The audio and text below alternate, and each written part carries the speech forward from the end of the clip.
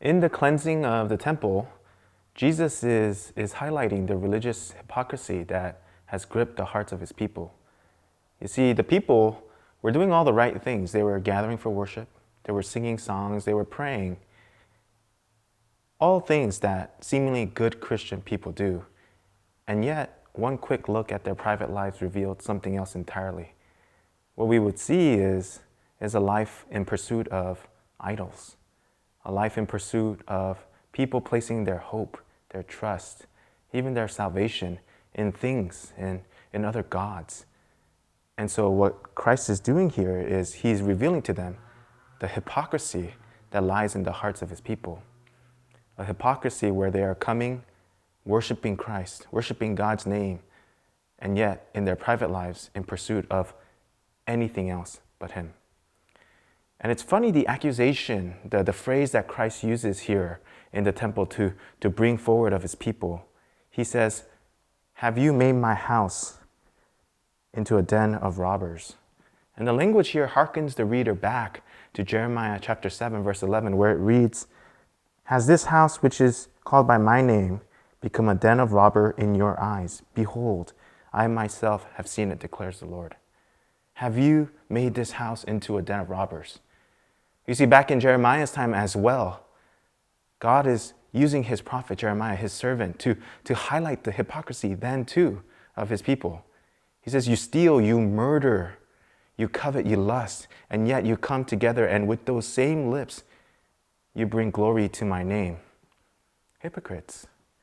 You see, in Jesus' time, there were hypocrites. In Jeremiah's time also, God is highlighting the religious hypocrisy of his people. And it's not difficult for us to find ourselves in that situation as well today.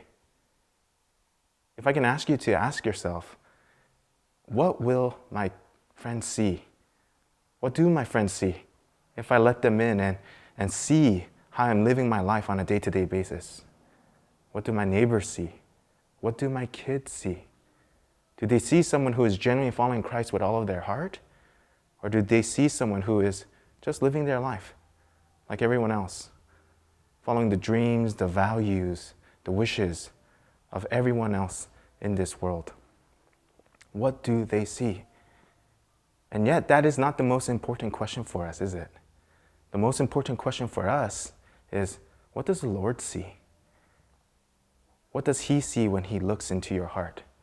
You see, that is the question that I think is being highlighted in Jeremiah chapter 7, verse 11, where the Lord reminds his people, I, the Lord, your God, I have seen it. I see what you are worshiping. I see who you are worshiping. I can see into your hearts. I have seen it all. It is impossible for us to separate this text from what we know will unfold over the next couple of days, specifically culminating with Christ being crucified for our sins.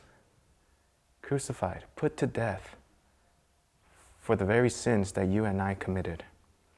All so that when the Lord sees, when he looks down on you, when he looks down on me, what he will not see is our hypocrisy.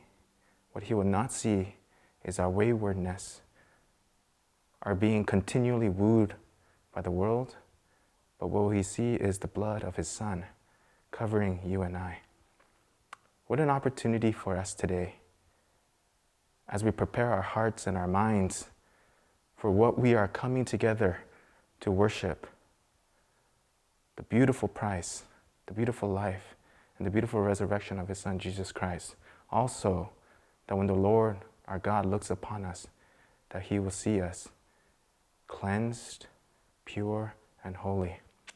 Let's take a moment this morning to really reflect with gratitude upon all that God has done for us.